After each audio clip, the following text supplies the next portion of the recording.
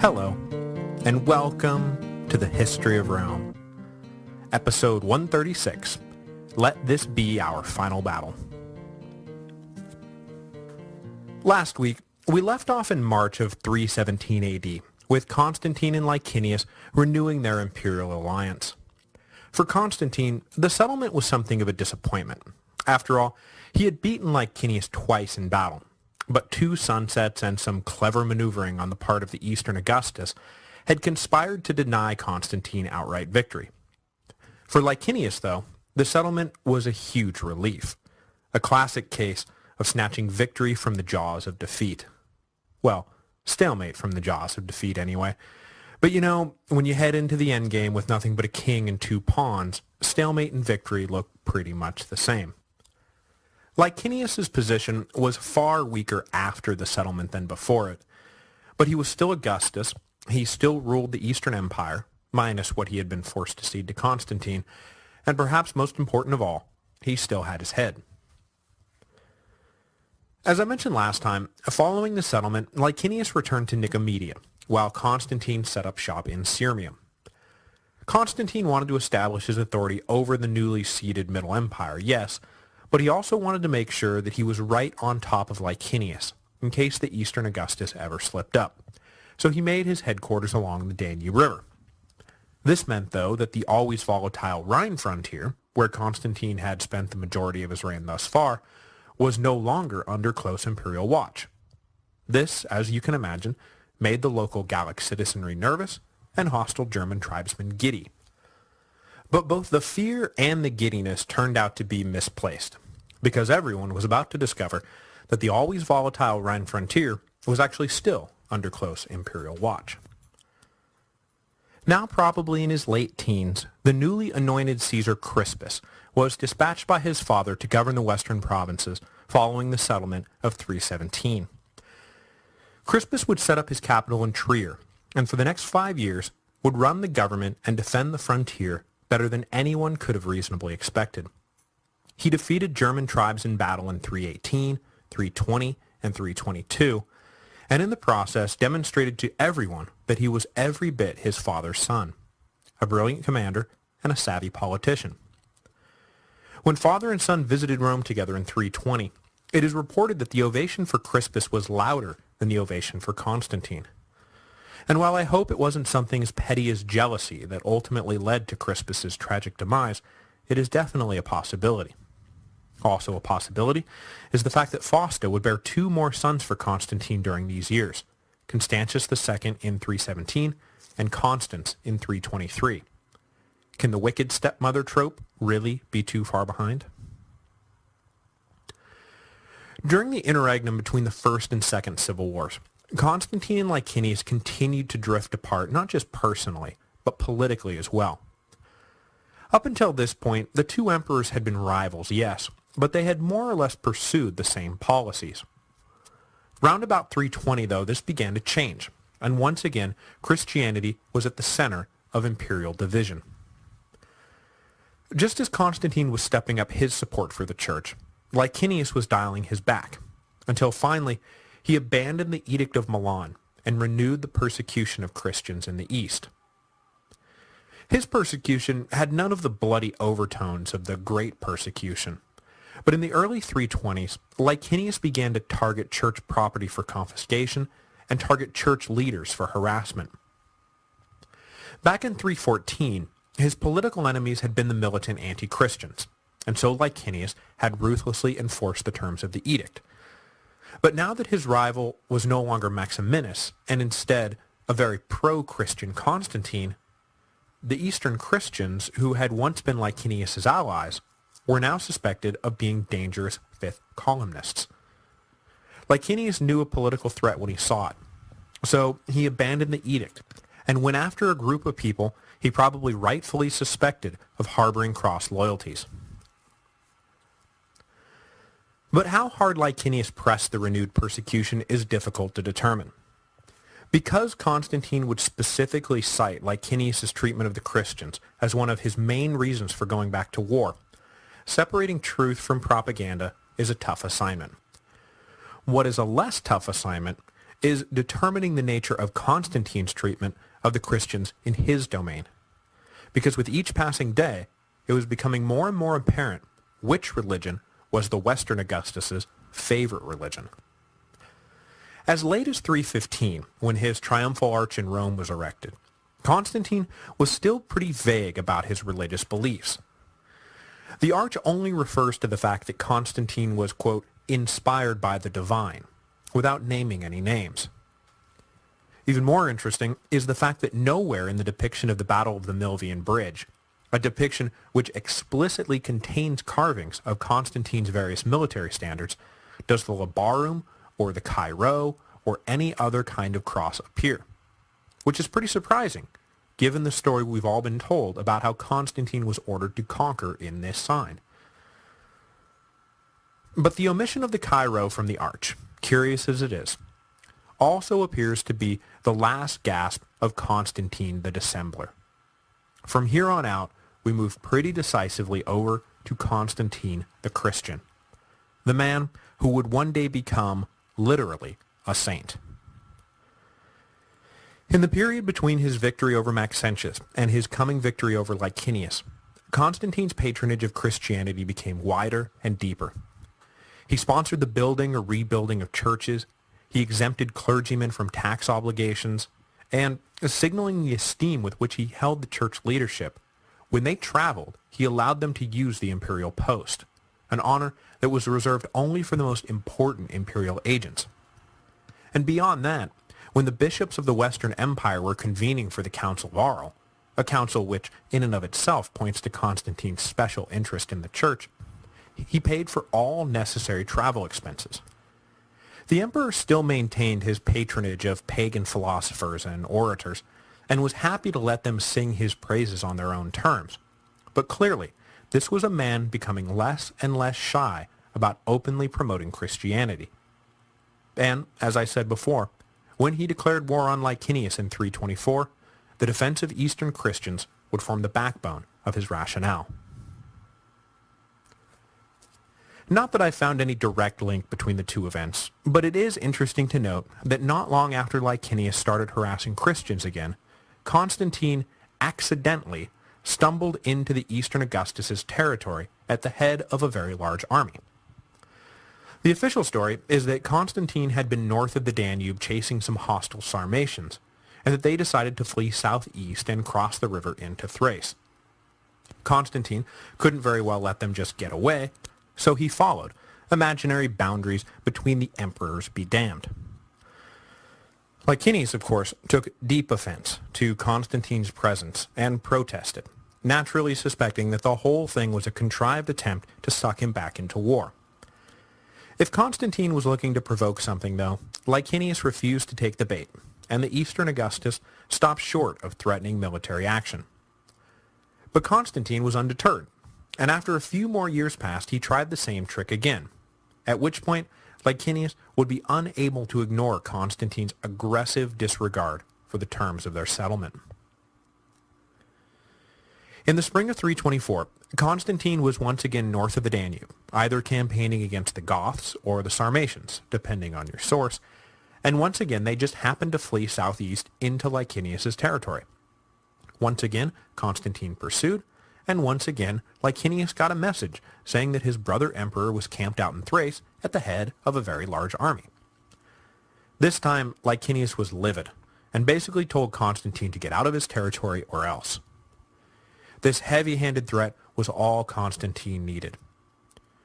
Protesting that he was just doing his best to defend the frontier, Constantine announced that this was the last straw. He had stood by and watched as the despised tyrant Licinius, you see what I did just there, had resurrected the evil persecution of the Christians, ignored his imperial responsibilities, and was generally living the life of a debauched villain. Citing in particular Licinius's advanced age and unpopular vices, Constantine declared that it was his moral duty to rid the empire of this imperial cancer. As spring turned to summer, Constantine finally got the war everyone suspected he had been trying to start for years. Both emperors immediately mustered the largest armies they could put together, as it was understood on both sides that there would be no settlement this time around. The troop numbers, while obviously exaggerated, speak to the seriousness with which both men took the coming confrontation. Licinius allegedly gathered 165,000 men, while Constantine led 130,000 of his own. It appears that both men could afford to concentrate such massive forces without weakening the frontiers, because their armies were in large part made up of mercenary forces, who would otherwise be the ones the border legions were fending off: Franks for Constantine and Goths for Licinius. In essence, the whole Roman world, friend and foe alike, stopped what they were doing and focused on the coming civil war. In addition to the ground forces, each emperor also assembled a navy. Licinius's was there to protect the crucial Hellespont and Bosphorus crossings. Constantine's was there to seize them. In July of 324, the two sides were ready to have it out. Licinius took up a strong position at Adrianople on the east side of the Hebrus River, now the Maritsa River in Bulgaria. Constantine advanced to meet him and took up his own strong position on the west side of the river. For days, neither commander was willing to make a move. After all, crossing a river directly in front of enemy forces puts you at a considerable tactical disadvantage. But Constantine finally got sick of the staring contest and devised a plan so cunning you could pin a tail on it and call it a weasel. His scouts had identified a good possible crossing point a little ways upstream, so Constantine ordered a division of his men to make a very big show of building a bridge a little ways downstream. Licinius fell for the ruse hook, line, and sinker, and focused all his attention on the decoy construction project. Constantine then personally led an expeditionary force of cavalry and archers across the river at the upstream crossing. They took Licinius's army completely by surprise and caused so much chaos in the enemy ranks that the rest of Constantine's army was able to cross the river unopposed. Once the two forces were on the same side of the Hebrus, the Battle of Adrianople could really get going in earnest. Though they had been taken by surprise, Licinius's army was not just going to roll over, and once the initial shock wore off, they rallied effectively, and just like every other battle between Constantine and Licinius, the fight turned into an evenly matched slugfest. At some point in the battle, one of Constantine's flanks was even being pushed back, but according to legend, he dispatched the labarum to that corner of the battle, and thanks to its magical properties, Licinius's advance was halted. Once again, the battle lasted until sundown without a decisive conclusion, and once again Licinius, who had lost something like 30,000 men in the fighting, withdrew under the cover of darkness.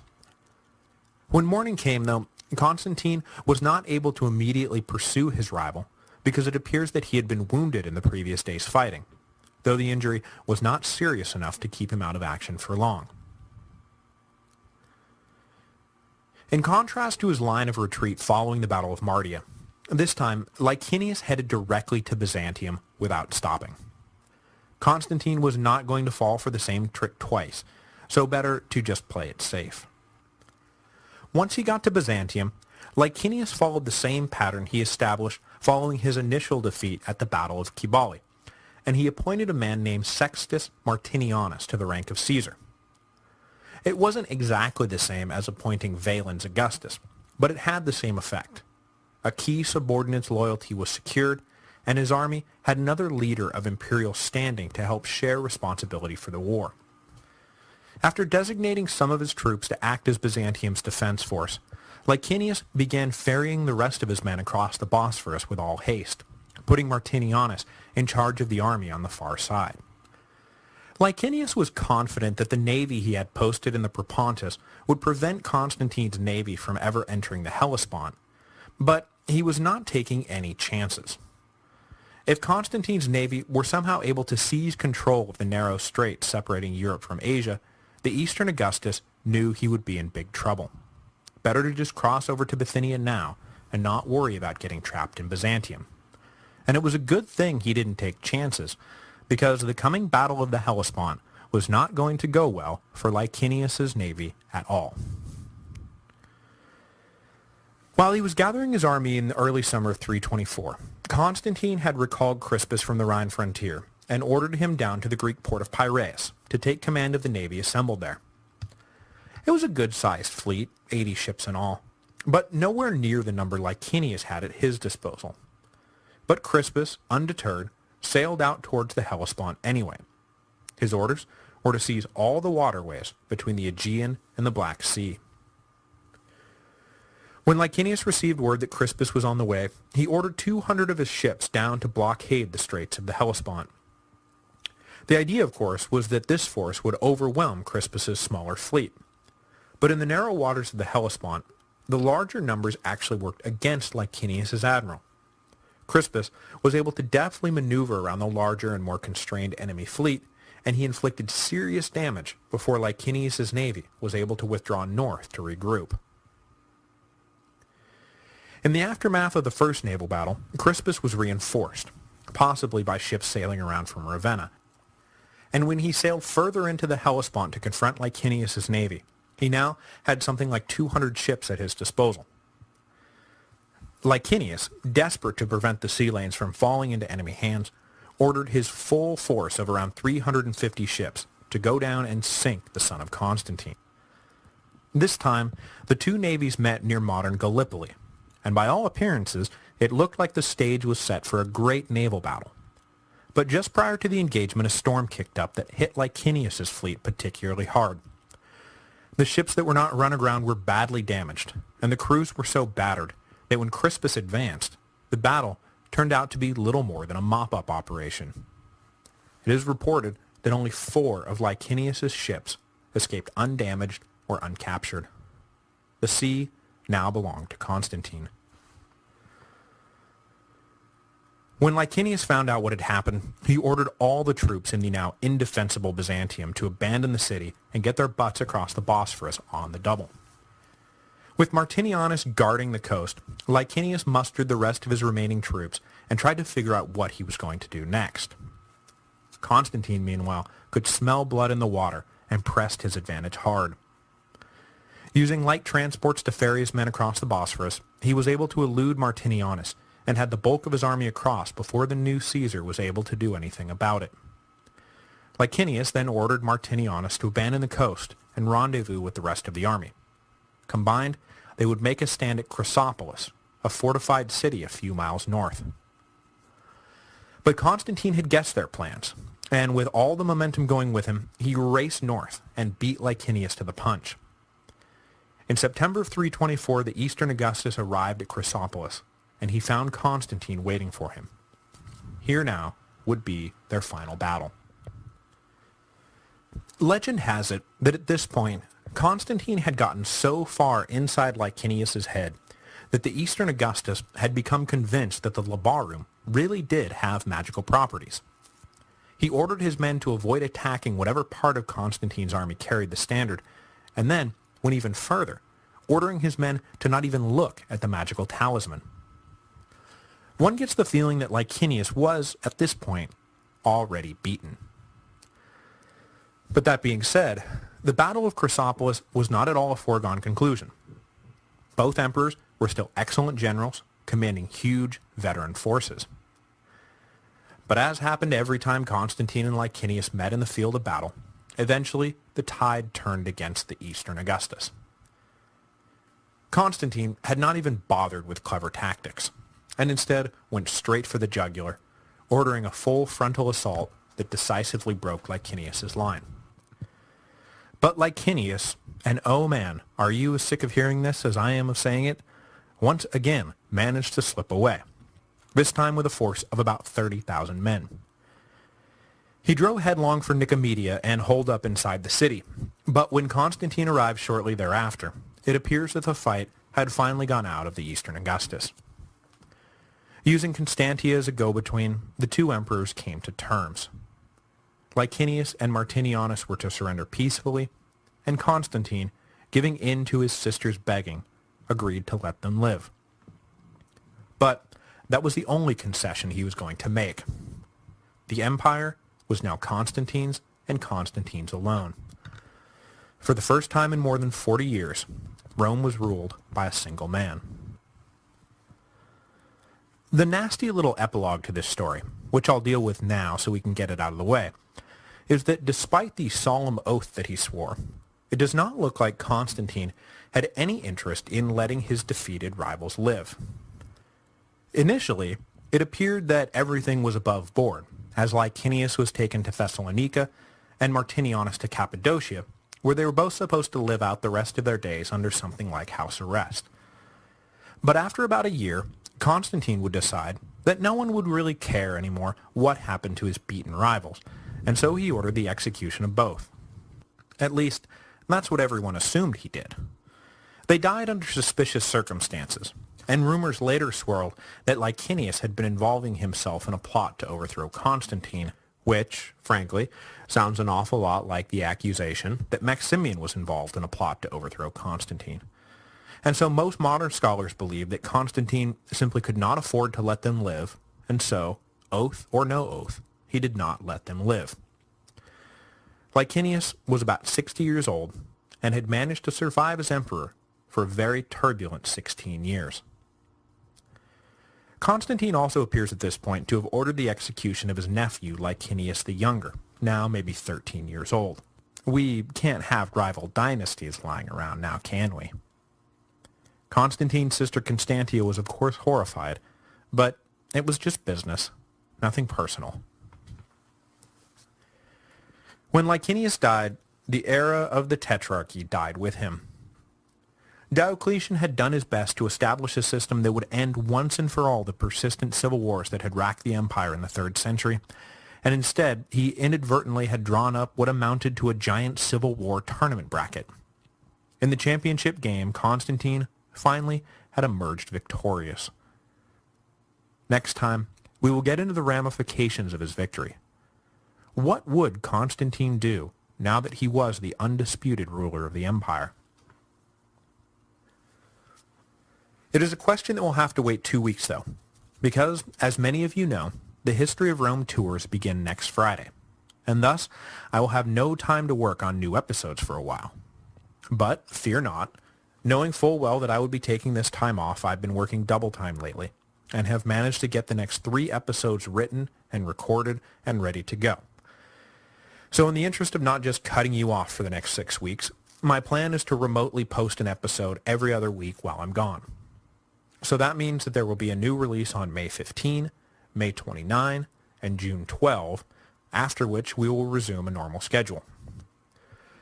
I'll say up front that it's my intention to release the episodes on those dates, but given that I have no real idea what my internet situation will be like on any given day, the actual posting time might fluctuate a bit.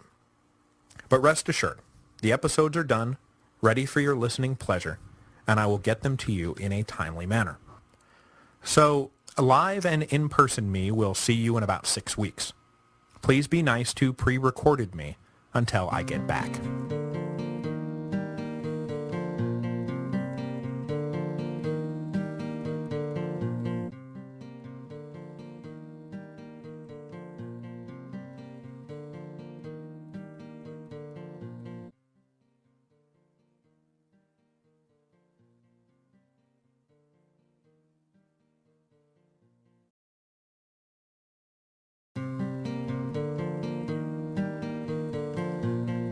Hello, and welcome to the History of Rome, Episode 137, The Christian Emperor. In the autumn of 324 AD, the Roman Empire awoke to discover that for the first time in 40 years, the empire was ruled by a single man. Only the oldest members of the citizen body even had a memory of what that was like. The rest of the population had grown up in the shadow of Diocletian's Tetrarchy, with its multiple emperors, multiple capitals, and multiple, sometimes conflicting, policies. Now everything, every issue, every decision, every order, was going to be funneled through a single man. Far from shying away from what was, for this generation at least, an unprecedented load of responsibilities, Constantine relished the opportunity he now had to reshape the empire in his own image. Like the greatest of the great Roman leaders who had preceded him, Julius Caesar, Augustus, Hadrian, Diocletian, Constantine came to power full of ideas, full of confidence, and full of energy. But more important than all of that, Constantine came to power with the fervent belief that he was the instrument of the Christian God, and it was now his duty to convert Rome to the one true religion. Though the empire would not officially become Christian until the reign of Theodosius, it was right here, in the months after the fall of Licinius, that Constantine made that later switch, just a matter of filing some paperwork. The now sole emperor's first order of business following his victory over Licinius was to parse through his defeated rivals' innumerable laws, edicts, and commands to decide which ones would stand and which ones would be tossed out. Constantine and his ministers plowed through everything Licinius had done since taking over the East in 313, and did their best to cancel laws they considered unjust and let stand rulings they thought wise.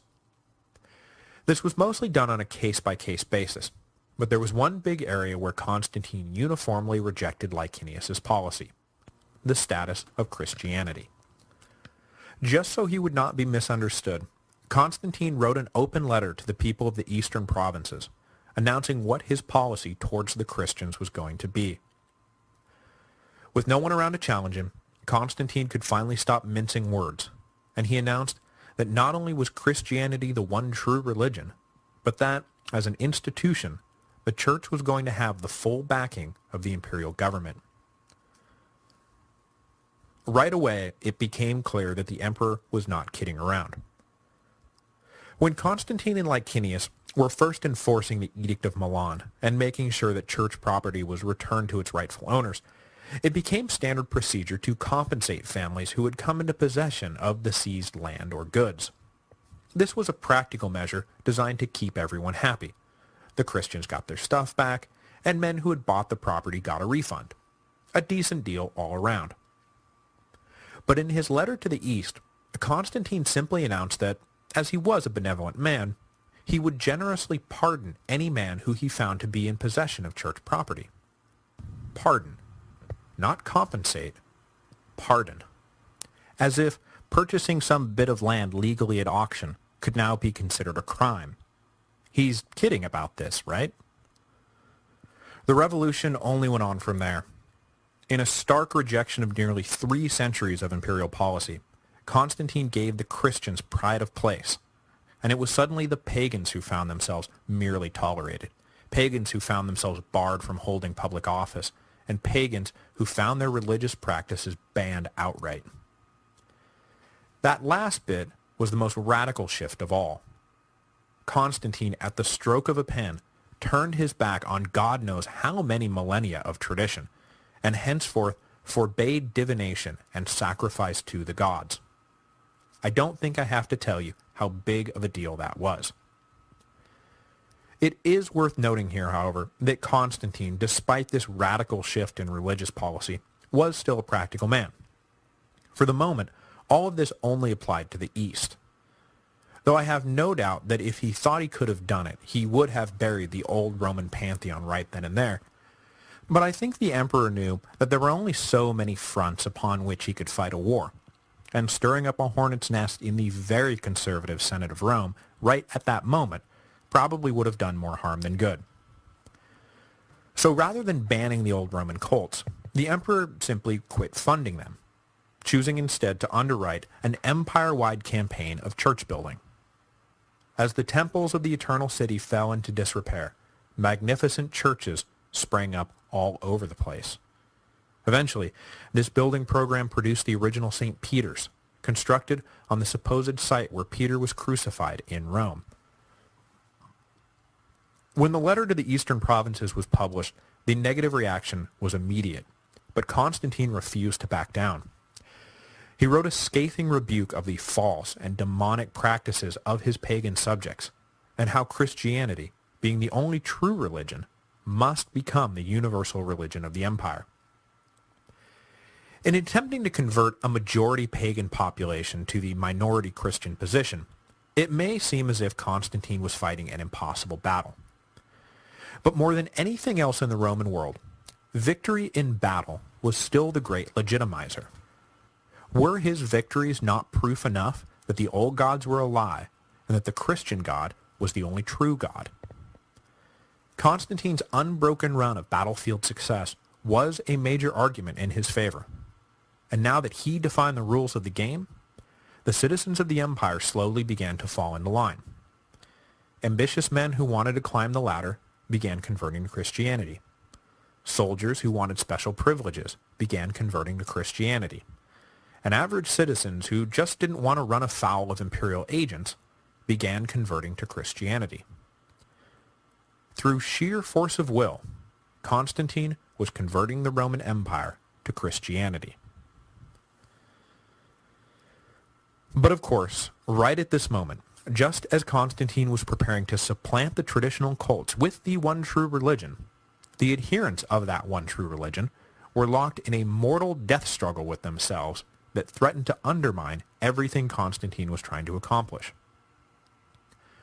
2 weeks ago, we introduced the Donatist heresy, which, much to Constantine's chagrin, was still fracturing the church in North Africa. This week, we will introduce a heresy that will make the fight over Donatism look like some gentle ribbing between friends. A heresy that will divide the church not just for a generation, but for hundreds of years to come. The Arian heresy. The Arian heresy takes its name from an influential Egyptian priest named Arius, who was born sometime in the 250s AD. At some point, though no one is really sure when, Arius began preaching a very particular interpretation of how God the Father and Christ the Son were related, an interpretation that some of his brothers in the clergy took serious offense to. As with the Donatist heresy, I'm not going to delve too deeply into the issue because it pretty quickly gets pretty esoteric, but the gist of the controversy was this. Arius taught that since Christ was the begotten Son of God, that there must have been a time when Christ was not. Therefore, though both were divine, the Son was inferior to the Father. This line of reasoning contrasted sharply with the beliefs of many in the Church, who believed that Father and Son were actually two aspects of the same divine whole, that they were co-substantial, literally of the same substance, with neither one preceding or exceeding the other.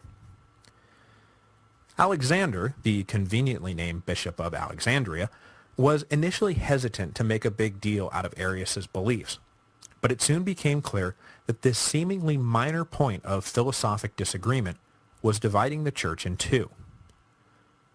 Bishop Alexander was himself a co-substantialist, so when he finally waded into the controversy, it was to condemn Arianism as heretical. But the bud was too far grown to simply be nipped that easily. Arius's teachings had already spread across the East, and wherever it took root, local Christian communities became divided, as the two sides fought for control of regional bishoprics, local churches, and individual parishioners. This rupture in the unity of the church, just as Constantine was looking to make it the de facto state religion of the empire, really annoyed the emperor. But as with the Donatists, he was hesitant to get too involved in the dispute himself. It was an argument over a trivial point of philosophy. Surely the matter could be settled without the emperor needing to get involved. Instead, Constantine dispatched the bishop Osius to Egypt to end the controversy once and for all. Osius was an influential clergyman who had been at Constantine's court since before the Milvian Bridge. To help give him an extra bit of authority, the bishop carried with him a letter from Constantine that did not take a particular stance, but did admonish both sides for making such a big deal out of such a little issue. At least the Donatist controversy dealt with real issues like betrayal and forgiveness, but this Arian controversy, it was all abstract theology. Plus, even in terms of abstract theology, the two sides agreed on like 99 points out of 100. It was just this one little tiny insignificant matter that they disagreed. How in the world could the clergy possibly have allowed it to explode into such a divisive issue? But when Osius got to Alexandria, he failed to broker a deal. He failed in part because the two sides were dug in too deep, but he also failed in part because he did not really want to do what Constantine had sent him to do. The emperor wanted everyone to kiss and make up, and in Constantine's eyes, that meant that any compromise was on the table so long as everyone agreed to it. But it appears that Osius was himself a staunch co-substantialist, who was not looking to compromise with the Arians so much as stamp them out for good. But Osius failed in his own mission as well, and after riots broke out in Antioch over the election of a new bishop, Osius decided to convene a council of eastern bishops in the Anatolian city of Ancyra to help bring an end to the argument. His idea was that if the Christian establishment condemned the Arians with one voice, that they would finally give up the fight. The council would be billed as an open dialogue that would help the bishop forge a compromise that all could agree to, but Osius had no intention of letting them not forge the correct compromise, if you know what I mean. When he reported back to Constantine, though, the emperor decided that if a wider council was going to be called to settle the matter, that it may as well be a wider council. In fact, let's make it the widest council of all. Let's make it a global council, an ecumenical council, the very first of its kind. Constantine ordered the site of the council be moved to the port city of Nicaea, and then invited all the western bishops to attend as well. The new location would not only make it easier for the bishops of the West to attend, but it would also be close enough to Nicomedia that Constantine himself could pop down and maybe see what he could do to establish the unity that he so craved. Plus, it went without saying that the weather in Nicaea would be much, much better.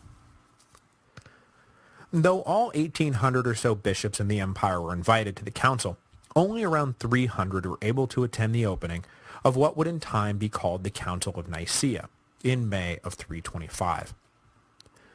Though it doesn't seem like a great turnout, with each bishop being allowed to bring along a few priests and deacons to act as aides, the final list of attendees numbered in the thousands. And those aides were not just there to go fetch coffee and take notes for a sleepy bishop. Aside from the emperor, probably the two most important attendees at the council were Arius himself, who was a priest, not a bishop, and a young deacon named Anathasius, who was in the entourage of Bishop Alexander of Alexandria. A hardline anti-Arian, Anathasius made sure the powerful Alexander didn't go all wishy-washy on him.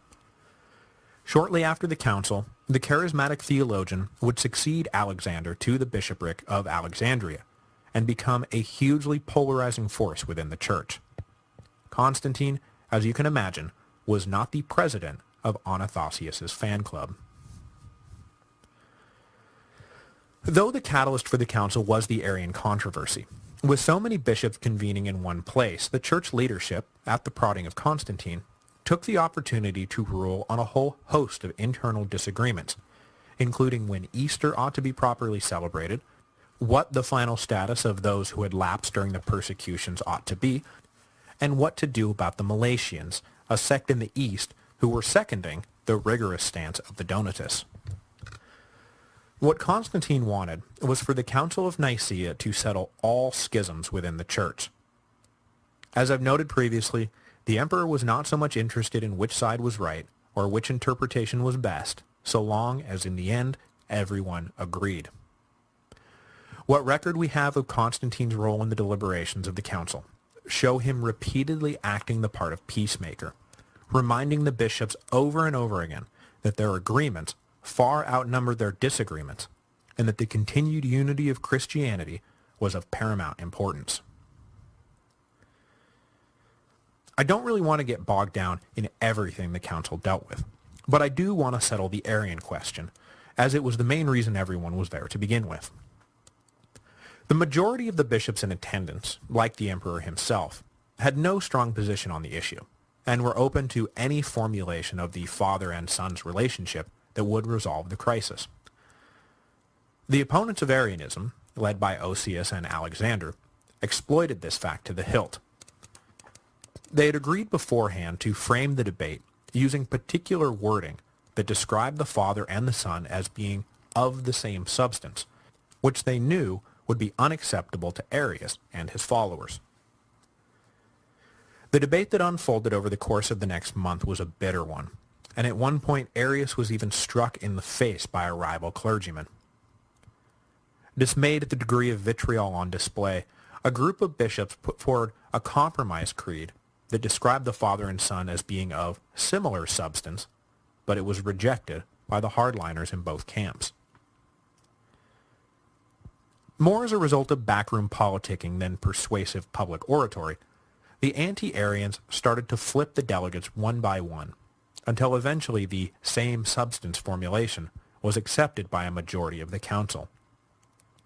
Once the majority had turned against them, the moderate Arians began to feel the heat, and with the threat of excommunication and exile hanging over their heads, they too signed on to the same substance creed. In the end, only 2 of the staunchest Arian bishops refused to sign. The so-called Nicene Creed was adopted by the council as orthodoxy in June of 325. It stated that Jesus Christ was God from God, light from light, true God from true God, begotten, not made, of the same substance as the Father, by whom all things were made. Opposition to this formulation was now considered heretical. Arius, just as Osius and his allies had predicted, refused to accept the creed's language and was exiled by Constantine to Illyria, far away from his power base in Egypt. Though the matter appeared to be settled for good, neither Arius nor the Arians were done just yet. The council then moved on to its remaining business and made decisions on how to calculate the date of Easter, what to do about the Melatians, they were to be treated leniently, and what ought to be the church's final position on Traditorius. They were to be accepted back without the need for rebaptism. By the end of the meeting in June of 325, the assembled bishops ruled on at least 20, though possibly more, points of canon law. These included the recognition that the bishops of Rome, Alexandria, and Antioch had a sort of super authority over and above normal bishops, a prohibition on clergy engaging in usury, and a law against self-castration, which, yikes. All in all, the Council of Nicaea did exactly what Constantine wanted, while simultaneously failing to do what Constantine wanted. The collection of bishops had come together and successfully determined where to draw the line between orthodoxy and heresy on a host of issues. It had given the Christians a new sense of global unity by moving the church away from the patchwork series of beliefs that varied from time to time and from place to place.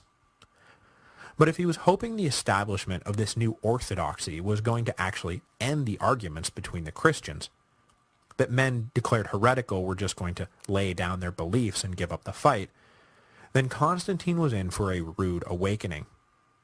Far from putting these matters to bed, the Council of Nicaea simply wound up codifying the position of one side of the argument. Constantine just did not grasp that the religion he had adopted had never actually been unified.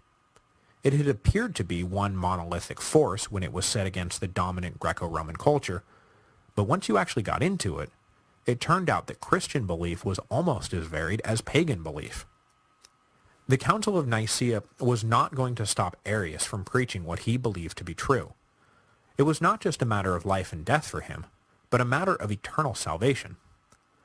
The Donatists, the Melatians, and all the other minor heresies would eventually be stamped out, but the proclamation of a bunch of bishops meeting on the coast of the Aegean Sea was not going to do the job on its own.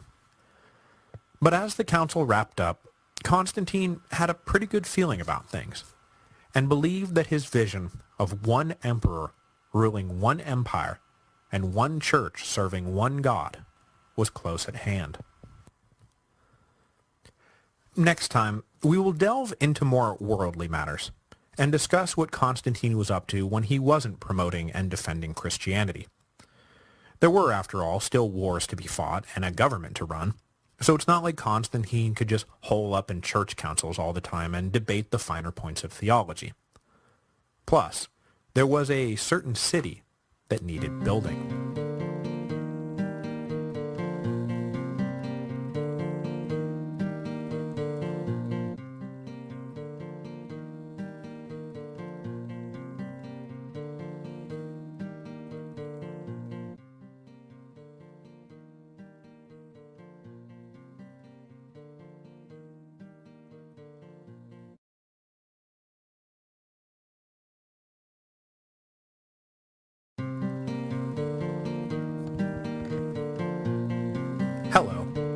and welcome to the History of Rome. Episode 138, The New Rome. So, last time, we focused exclusively on Constantine's relationship with and promotion of Christianity.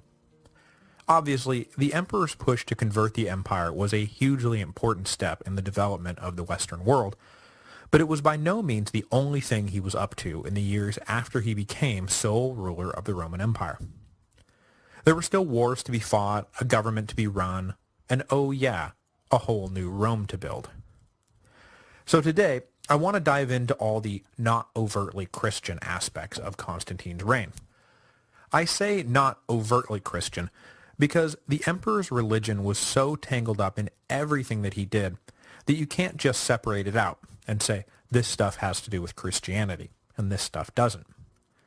Even something as basic as the construction of Constantinople, which was a project undertaken first and foremost for strategic and political reasons, winds up taking on a heavy Christian dimension. It's inescapable. That was just the nature of the man. They didn't wind up calling him the equal of the apostles for nothing. Speaking of Constantinople, we might as well start there because Constantine broke ground on his new capital practically the morning after he defeated Licinius in September of 324 AD. The rapidity with which he moved to transform the ancient city of Byzantium into the new city of Constantinople speaks to how much thought Constantine had given the project prior to his victory over Licinius. So the questions we must ask are, why did Constantine feel like he needed a new capital, and why did he choose Byzantium for his imperial makeover? As you know, Rome itself had ceased to be the political and military capital of the Roman Empire a long time ago. Round about 260, the emperors had moved decisively away from the Eternal City to more strategically sound locations across the empire. And in the 65 years or so since Gallienus first set up shop in Milan, multiple cities had wound up serving as imperial capitals at one point or another.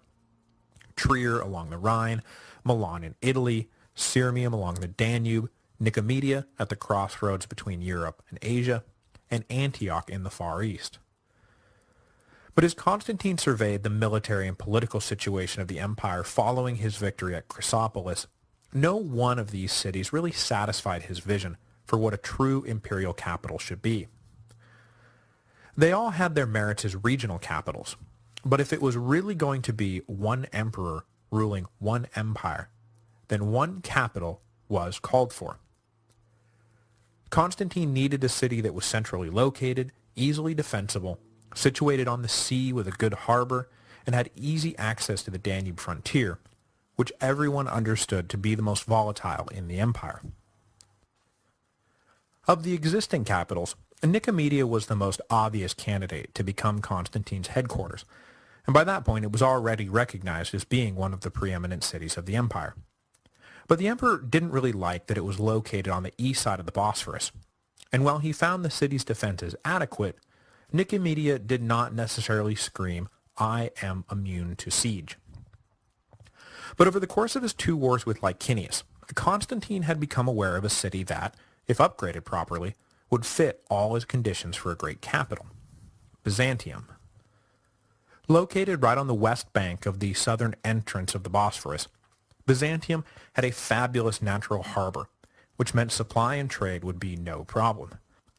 It was also located right smack dab at the crossroads between east and west, which would not only allow the emperor to quickly move to trouble spots, but it would also keep communication lines relatively short, meaning that Constantine would become aware of trouble spots that much quicker.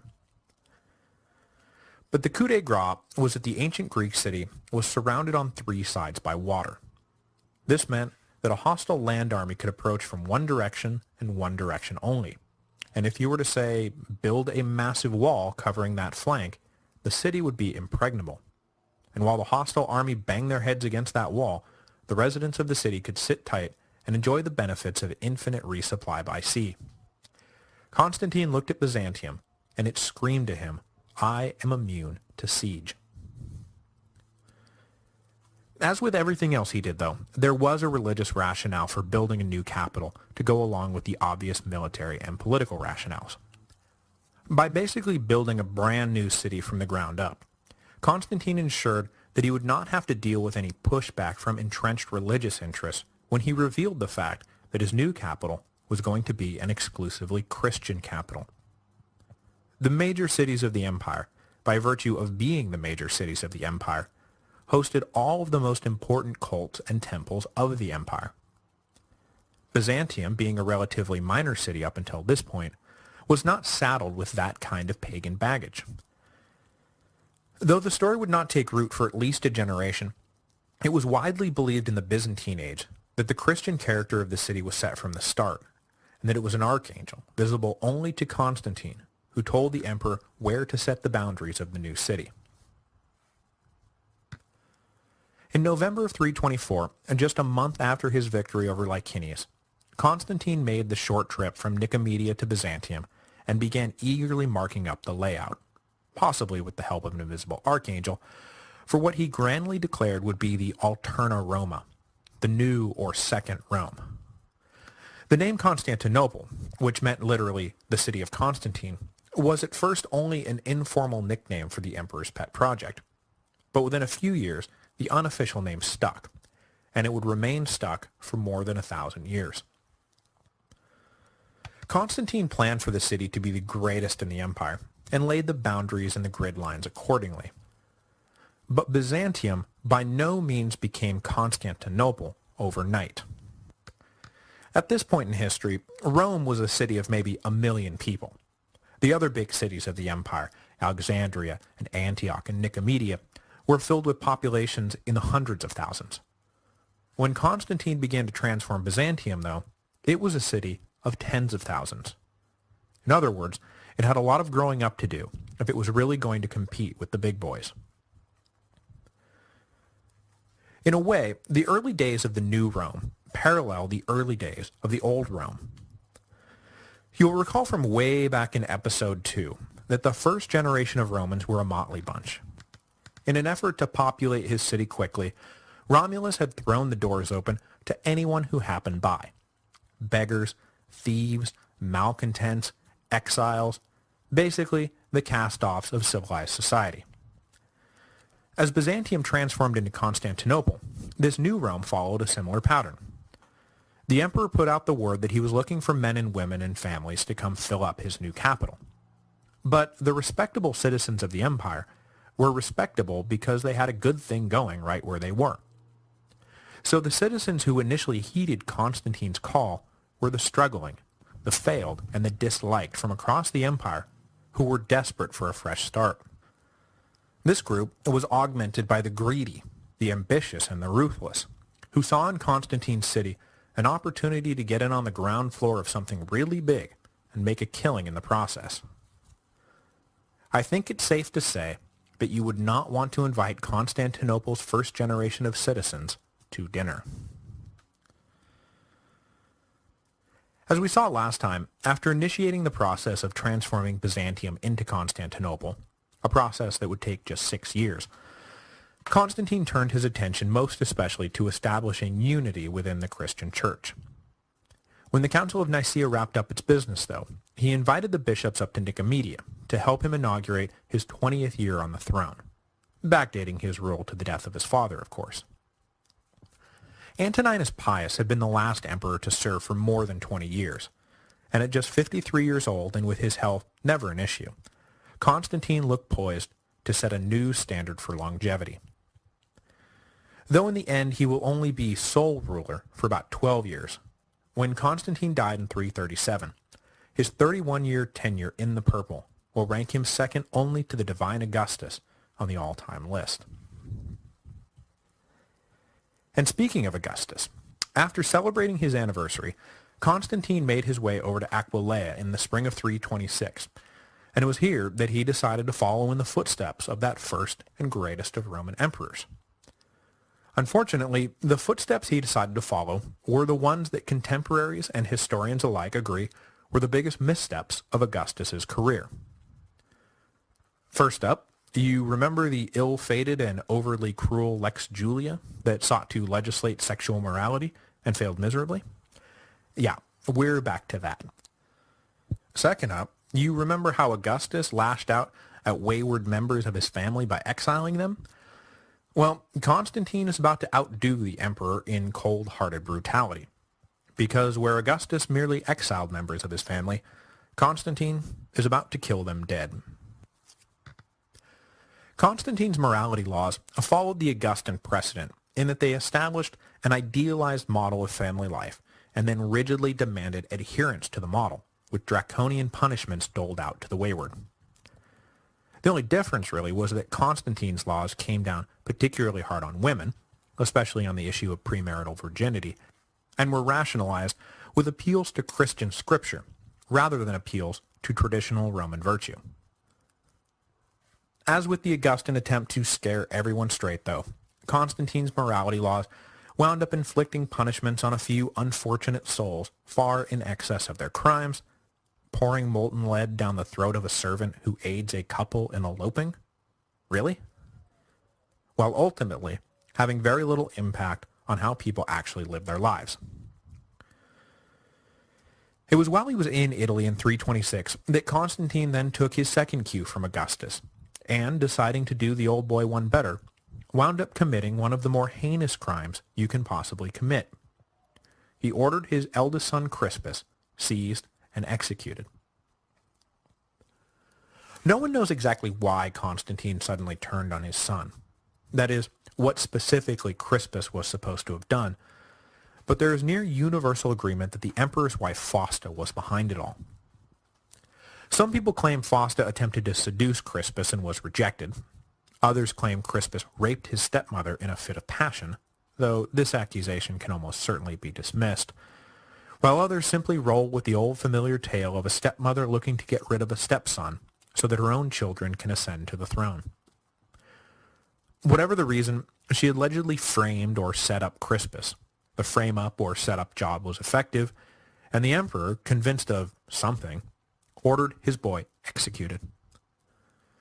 There is a centuries-old rumor that Crispus fell victim to Constantine's new morality laws, but a far more likely guess is that Crispus was implicated in a plot to overthrow his father. We have no way of knowing if the charges were true, and certainly nothing in Crispus's life or career even hint that he planned to turn on his father, but as that great military philosopher Saul Tigh once said, no one is a traitor until they are. So, who knows? The consensus, though, is that Crispus was framed, and most likely framed by Fausta. Certainly what happens next does not bode well for her historical reputation. After Crispus was executed, the imperial court moved down to Rome, where it was joined by Constantine's mother Helena, who had been living in the city since her son's victory at the Milvian Bridge. Shortly after the emperor's arrival, Helena appears to have met privately with Constantine to discuss the circumstances of her grandson's death.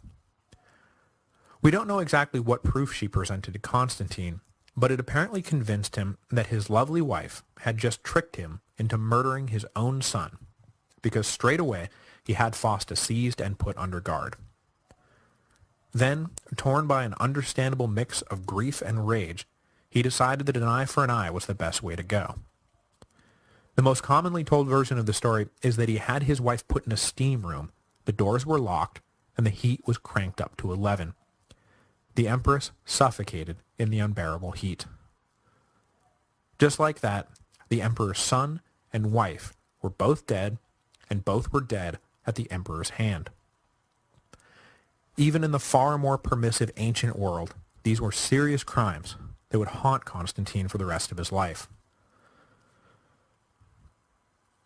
The emperor remained in Rome for a time, and then began a slow journey back to Nicomedia. Well aware that he had maybe screwed up pretty royally, and that his reputation was going to suffer, especially in the Christian circles who tended to look sideways at things like murdering members of your own family, Constantine sought to minimize the damage, and maybe change the subject by sending his mother Helena on a religious pilgrimage to the Far East. She was sent to identify key locations in the life of Jesus, initiate construction of any shrine she felt appropriate, and wherever she went, to liberally spread the imperial wealth. In other words, she was on a goodwill mission to help head off any tarnishing of Constantine's image.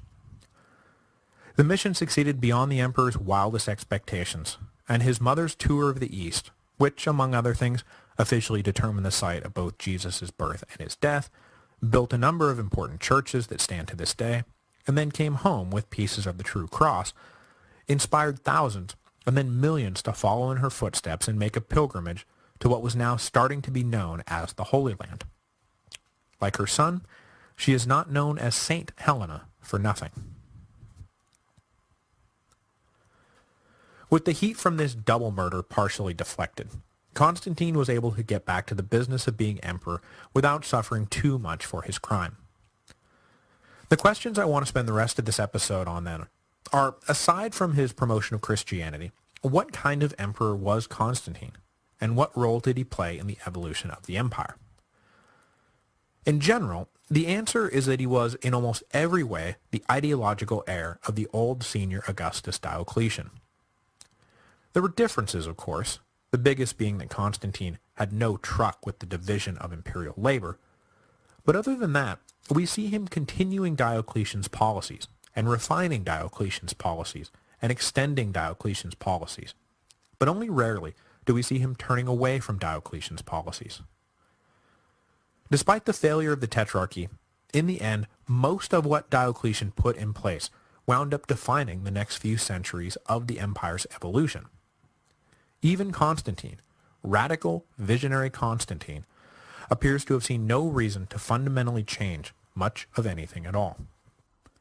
First off, Constantine completely bought into the ideology of the emperor as the divinely appointed ruler, and fully embraced the pageantry that Diocletian had built up to elevate the emperor above mortal men, though obviously Constantine looked to God rather than Jupiter as his ultimate patron. Constantine dressed exquisitely, wore a diadem, remained sequestered from all but the most important dignitaries, sat while others stood, and was addressed as Lord Constantine, or Sacred Constantine, or Divine Constantine. Diocletian had redefined the role of the emperor in the empire, and Constantine played the new part to perfection. But it was not just in the optics department that Constantine followed Diocletian's lead. In the realm of imperial administration, he followed the old senior Augustus as well. He made only minor tweaks to the reformed provincial divisions Diocletian had established. Military and civilian careers were kept separate, and real power was increasingly shifted to the emperor's ever-expanding central bureaucracy. Constantine added new positions and new layers to the already elaborate governmental apparatus he inherited, and did everything he could to enhance the dignity and cement the authority of the imperial bureaucrats. His only break with Diocletian in this regard is that Constantine was not so eager to thumb his nose at the senatorial class, especially since he was in the middle of an all-out assault on their religious beliefs. Following through on the promise he had made following the Milvian Bridge to renew their old privileges, Constantine reopened most of the higher offices in the empire to men of senatorial rank, and eagerly welcomed them into his administration. He coupled this reform with a deliberate move to reduce the number of equites serving in government. Now, this appears to be a pretty significant shift in policy, but there was actually less to it than meets the eye. Because though Constantine opened up all these positions to men of senatorial rank, he also significantly lowered the bar for admission into that class. In effect, all those equites who were now barred from this office or that post didn't really care, because, hey, look at me, I'm a senator now too. When Constantine enrolled a new senate to serve him in Constantinople, it did not number 300 or even 600, but 2,000. The senatorial class was welcomed back into power, sure, but only after Constantine had carefully watered it down. And Constantine also continued with Diocletian's almost scientific approach to taxation, though when coupled with his monetary policy, Constantine really did a number on Diocletian's vision of everyone sharing in the burden of empire according to their particular means. Though for the most part Diocletian's tax structure continued to function as it previously had, Constantine began pushing to augment the in-kind system with new taxes that were to be paid in precious metal, just like the good old days.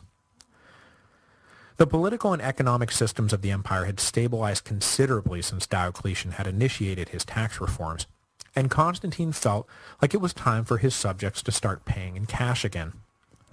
This move was coupled with the emperor's introduction of a carefully crafted gold coin called the solidus, 72 of which were to equal 1 Roman pound.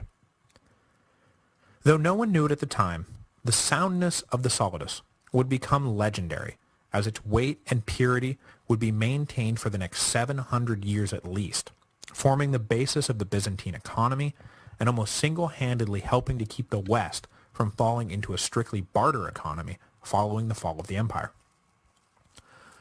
But unfortunately, Constantine focused only on the gold standard, and he basically left silver and copper coins to fend for themselves, which helped to exacerbate the growing divide between the rich and everyone else.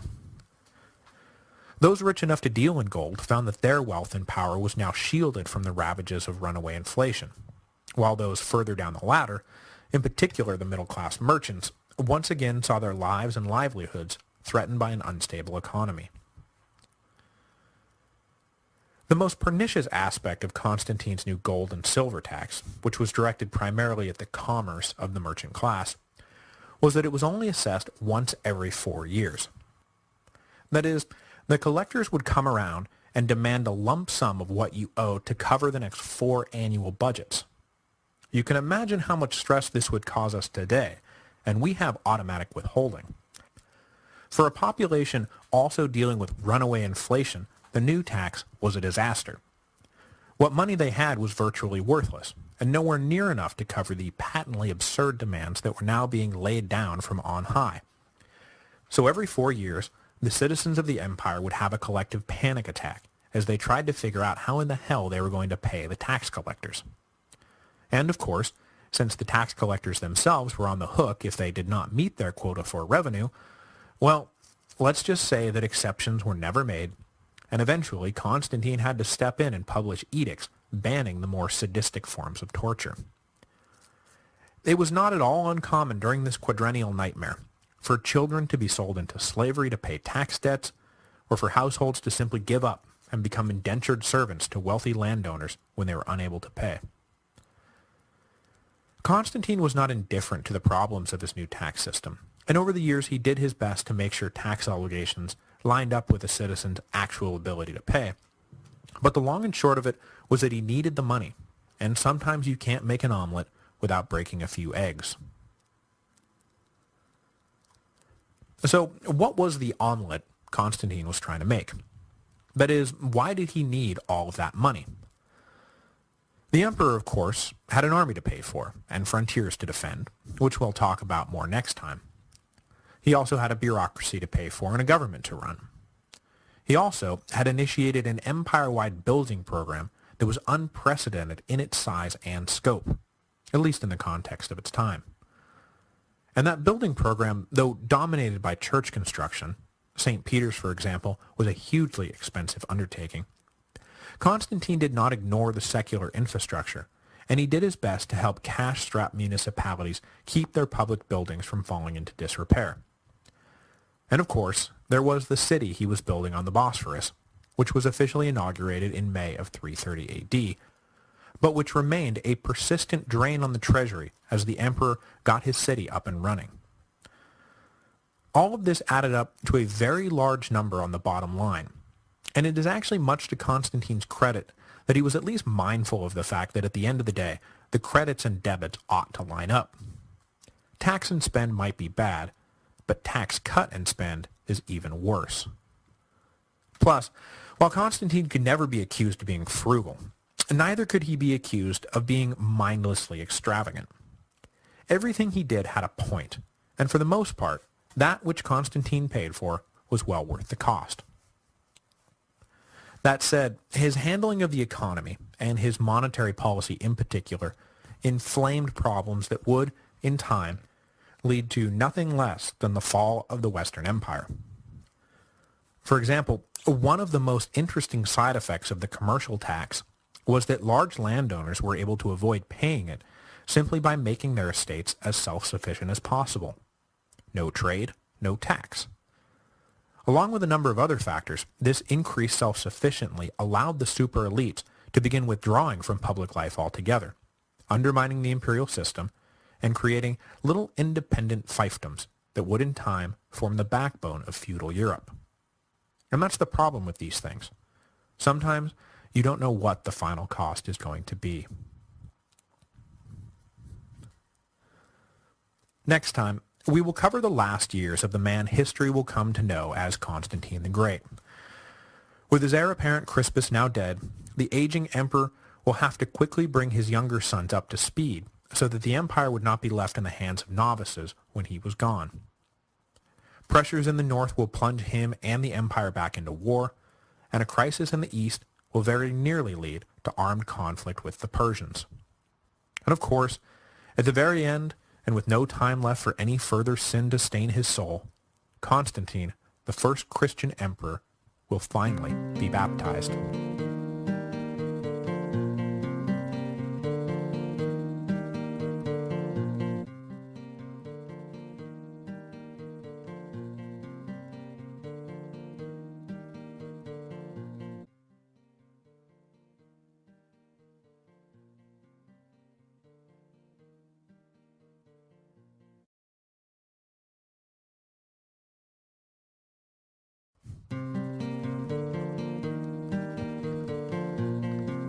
Hello, and welcome to the History of Rome. Episode 139, Wash Away Your Sins. Last time, we talked about what Constantine got up to when he wasn't busy trying to convert the empire to Christianity. You'll recall that for the most part he was up to refining the administrative apparatus Diocletian had created, transforming Byzantium into Constantinople, and, killing his wife and son. This week, we will bring the long and remarkable career of the first Christian emperor to a close. But before we do, I want to spend some time discussing the external posture of the empire during Constantine's reign. Last time, we focused mostly on domestic concerns, taxes and monetary policy and so on, so this week I want to take a look at foreign affairs. What was Constantine's relationship with the tribes beyond the northern frontiers? What was his relationship with the great Sassanid Empire beyond the eastern frontiers? And of course, what was his relationship with the army that defended those frontiers? Once we get done talking about all that, we're going to turn our attention to the thorny issue of succession, and then finally to the baptism and death of Constantine the Great. As we've discussed previously, during the later Roman Empire, the hard line separating the civilized Romans from the barbarian tribes began to blur.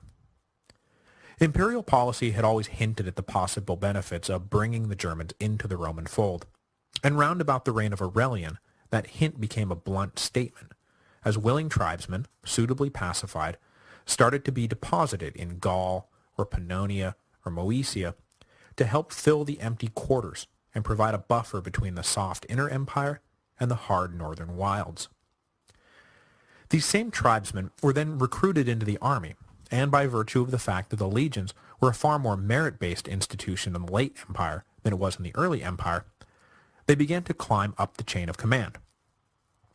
This so-called Germanization of the army is a very important development in the history of the empire, a development which we will come back to again and again as the West slips into terminal decline.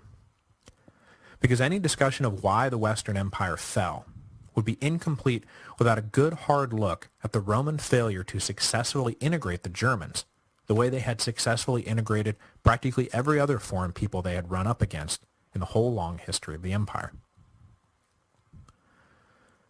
By virtue of the circumstances of his times and the circumstances of his own political situation, Constantine wound up becoming an acolyte of Germanization. His father, as you'll recall, had gotten his imperial start fighting wars with and making peace with the tribes along the Rhine River. So when Constantine succeeded him, the son inherited the political and military legacies of the father. Constantius had embraced the policy of German settlement within the borders, and in particular, he had a strong relationship with the Franks on the Lower Rhine. Indeed, one of the great successes of his career was defeating a portion of the Franks who were aligned with Carausius and then flipping them over to his side. When Constantius died 10 years later and Constantine made his bid for power, he was backed at a critical moment by the Frankish clients his father had cultivated. From that moment on, Constantine had a close relationship with the Germans in general and the Franks in particular. They formed the most formidable parts of the armies he used to conquer the empire, and his own personal bodyguard was made up exclusively of German cavalry. This is of course not to say that the Germans were one monolithic thing, and that Constantine was friendly with them all, nor that they were all friendly with him. One look at the innumerable campaigns fought along the Rhine during the length of Constantine's career is enough to dispense with that notion. But that said, the incorporation of Germanic elements into the empire's military apparatus was now on the steady rise, and Constantine was a big reason why.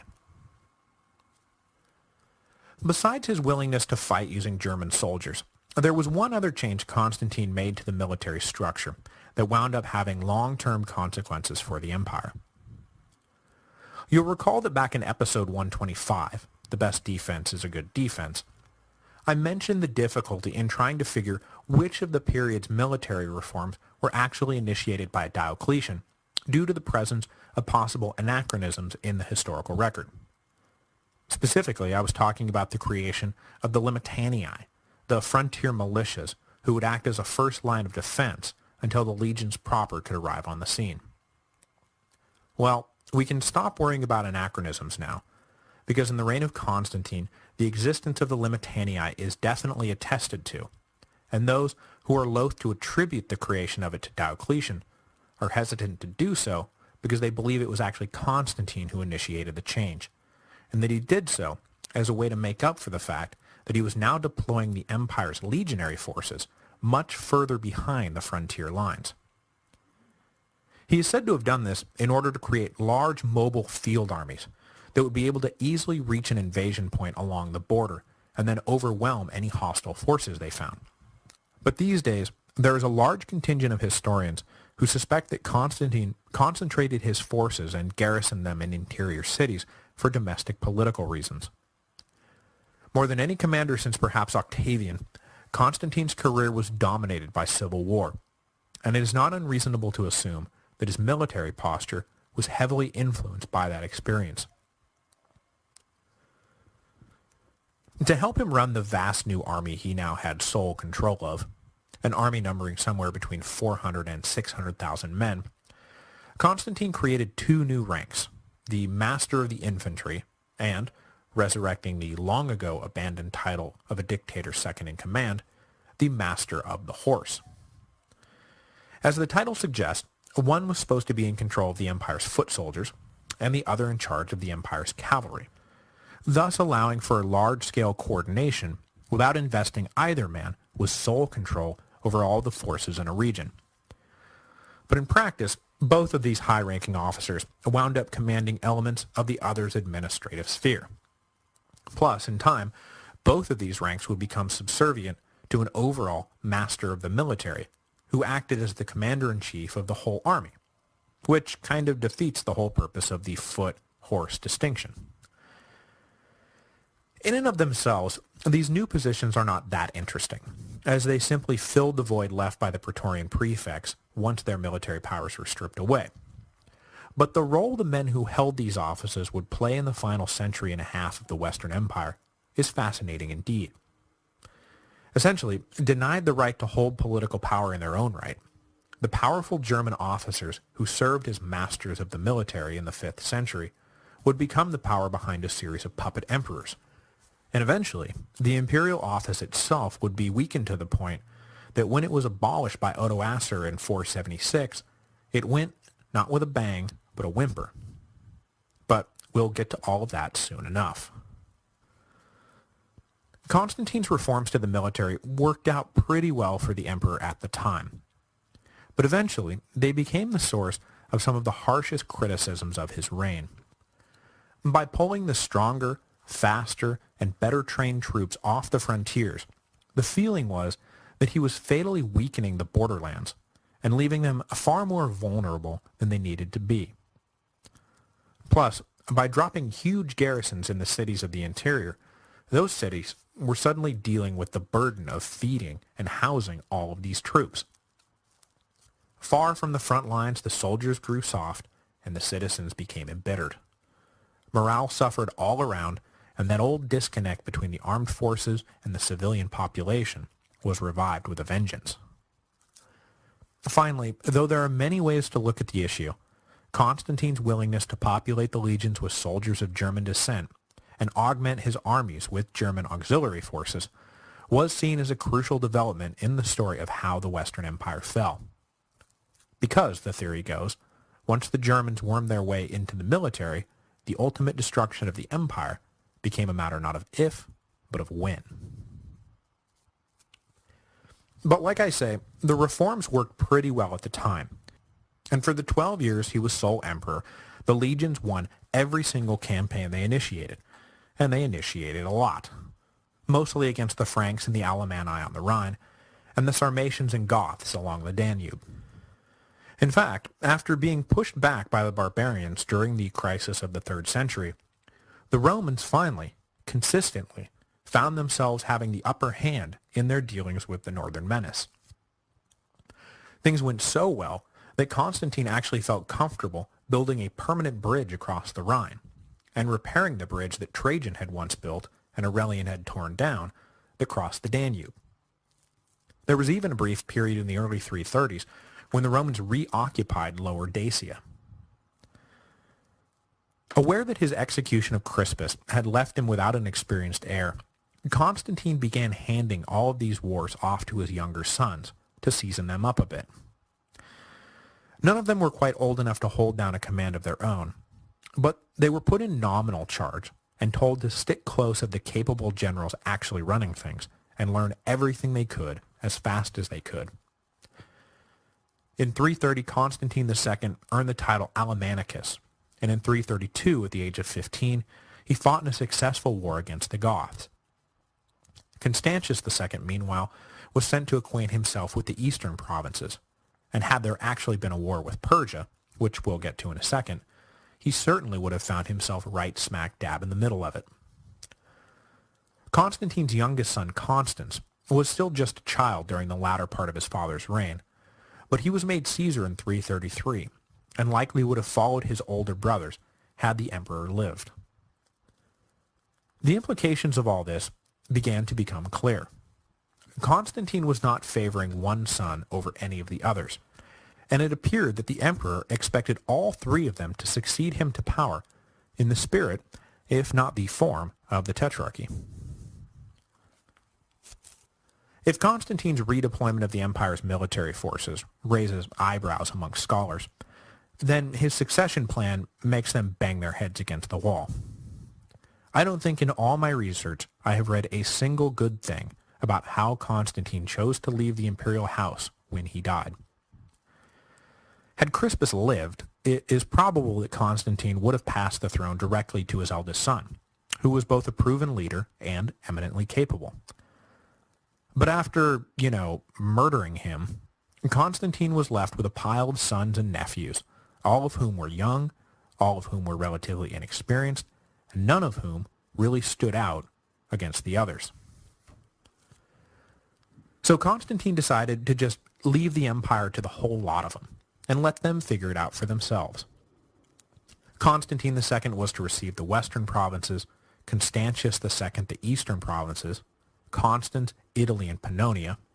One step-nephew, a man named Dalmatius, was to receive Thrace, Macedonia, and Achaia, and another, Hannibalianus, was to have some sort of vague authority over the far eastern borderlands. Had the sons of Constantine been paragons of virtue and filled with fraternal love, the arrangement might have worked. But unfortunately, they had all grown up in the shadow of their father, a man who had spent his entire life ruthlessly dispatching members of his own family in order to demolish a carefully arranged power-sharing agreement. Over the years, he had killed his father-in-law, 3 brothers-in-law, 1 nephew, his son, and his wife, all in the name of securing and maintaining sole control of the Roman Empire. His sons learned this lesson well, And if Constantine thought that they were not going to follow in his footsteps, then he was blind, or he was crazy, or both. More than a few people have accused him of simply being so egomaniacal that he just didn't care what happened after he died. We'll get into it more next week, but suffice it to say that Constantine had raised a basket full of vipers, and it took them about 7 seconds to turn on each other once the old man was gone. Which brings us to one of Constantine's last and most controversial initiatives. At some point between 334 and 336 AD, the emperor got it into his head that he was going to provoke a war with Persia. Why he thought this would be a good idea, especially since the legions were bogged down on both the Rhine and Danube frontiers, remains a mystery. But there you have it. The groundwork for the war had been laid at some point after he defeated Licinius, when the emperor sent a strongly worded letter to the Sassanid king, informing him that Constantine considered the Christians in Sassanid territory to be his clients, and that he would have no qualms about taking any necessary steps to ensure their safety. The Sassanid king did not miss the fact that this was pretty much exactly the same line of thinking that Constantine had just used to pick a war with Licinius. Tensions were kept to a low simmer until the mid-330s, when Constantine decided to confer upon his step-nephew, Hannibalianus, the title King of Kings of the Pontic people, which was basically the equivalent of the Sassanid king appointing someone emperor of the Roman people. In other words, pretty provocative stuff. So the Persians got a little paranoid, especially about the Christian king of Armenia, who they now saw as a part of a larger plan to encircle and conquer them. So, probably in 336, the Sassanid king invaded Armenia and deposed the Christian king, which could not have played more into Constantine's hands, and the old emperor began to gear up for one last great campaign. But he would never make it out of Bithynia. Not long after Easter 337, the emperor fell ill and left Constantinople to recover at the hot baths near the city of Helenopolis, named for the emperor's mother. After a short visit to the Turkish coast, Constantine realized that he was not going to recover, and he tried to make it back to Constantinople so he could die in the city he had created. But he was only able to make it as far as the suburbs of Nicomedia. Knowing that the end was near, Constantine summoned the bishop of Nicomedia to formally baptize him. People often express surprise and wonder at the fact that the first Christian emperor was not baptized until moments before his death, and a cynical reading often results. Usually that reading goes something like this: the emperor never was a true Christian, and even now was just hedging his bets. But there is another reading that I often find more compelling. Constantine was a true believer who was really, really afraid of the Lord our God. It was not uncommon at the time to believe that baptism washed away all your accumulated sins and basically left you with a blank moral slate. If you truly believe, then, that too much sin would hurt your ability to make it into heaven, it is only logical to wait until the last possible moment to get baptized. That way, you would go in clean as a newborn babe. It was a dangerous game because, hey, well, what if you get run over by an ox cart? But it was a game that Constantine evidently played and won, because in the few days between his baptism and his death, he didn't murder a single one of his family members.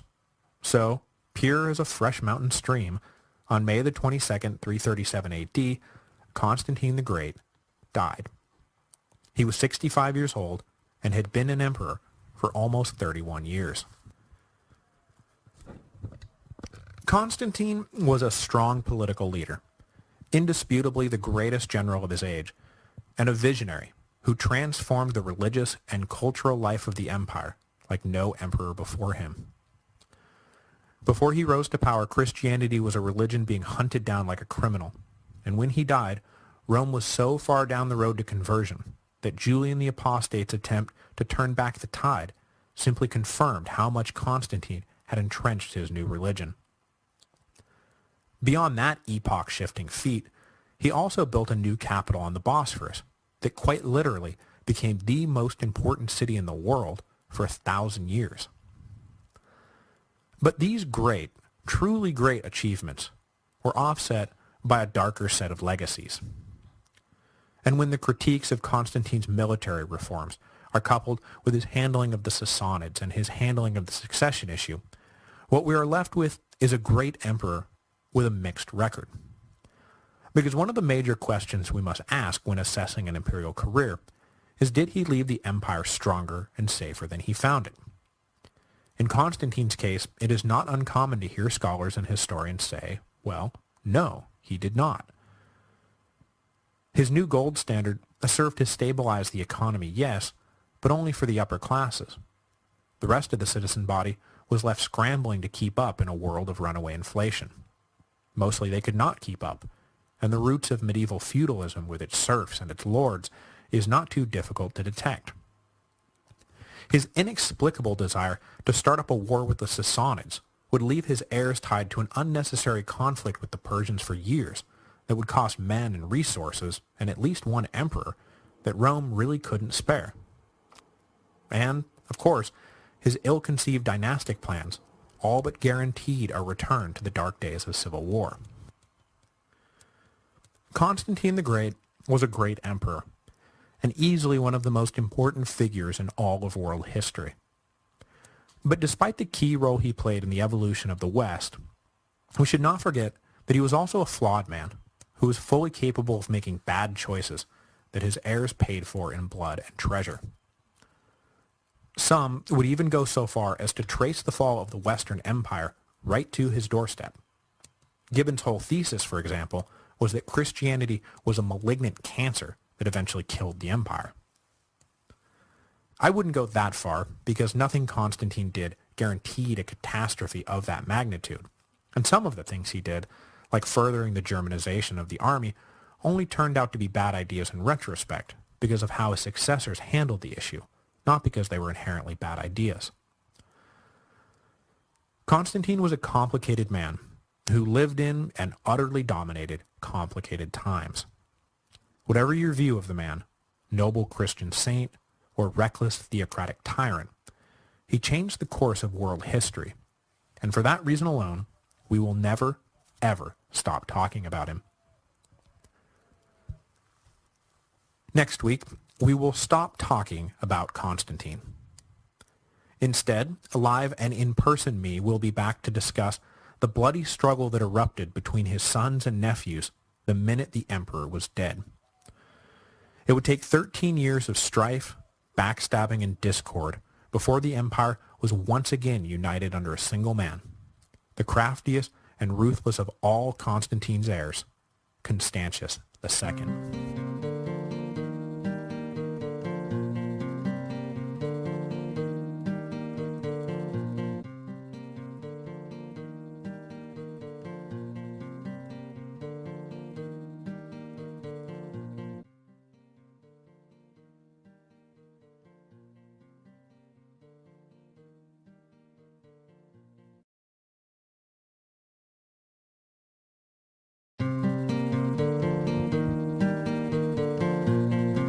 Hello, and welcome to the History of Rome. Episode 140, My Three Sons. Well, live and in-person me is back. As you know, the History of Rome just spent the last 5 weeks bouncing back and forth between Italy and Turkey on the official History of Rome Roman History Tour. It was an absolutely fantastic time, and the answer is yes, we are planning to do it again, and the sooner the better. That said, there's nothing I hate more than beating around the bush, so let's get back into this thing. It's been 6 weeks since I last thought about the show, and I'm dying to find out what happens next. But there are two minor corrections I need to get out of the way before we can get on with it.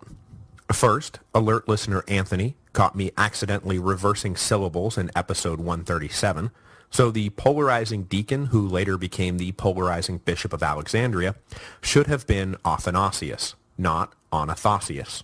Sorry about that. The second mistake is from episode 138 and is quite a bit more embarrassing. See, what happened is that I had just gotten Mrs. The History of Rome into the reboot of Battlestar Galactica, so we were pretty much watching it non-stop. At the same time, I personally also happened to be watching a lot of the HBO Rome series. Do you see where this is going? Unfortunately, despite my clear memory to the contrary, Saul Tigh never did say, "No one is a traitor until they are." Although it really sounds like something he might say. In reality, Titus Pullo said it.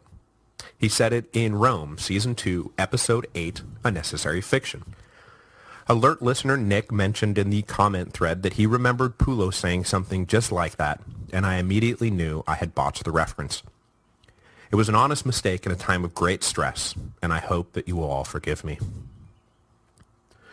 Okay, now that all the old business has been dispensed with, unless there are any objections, let's move on to new business. We left off last time with the death of Constantine on May 22, 337 AD. This week, I want to cover how his sons handled the fact that they were now in charge of the empire. As we will see, they will quickly prove that they are every bit their father's sons.